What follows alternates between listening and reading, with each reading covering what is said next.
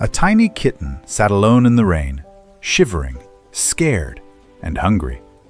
Suddenly, a playful puppy ran over.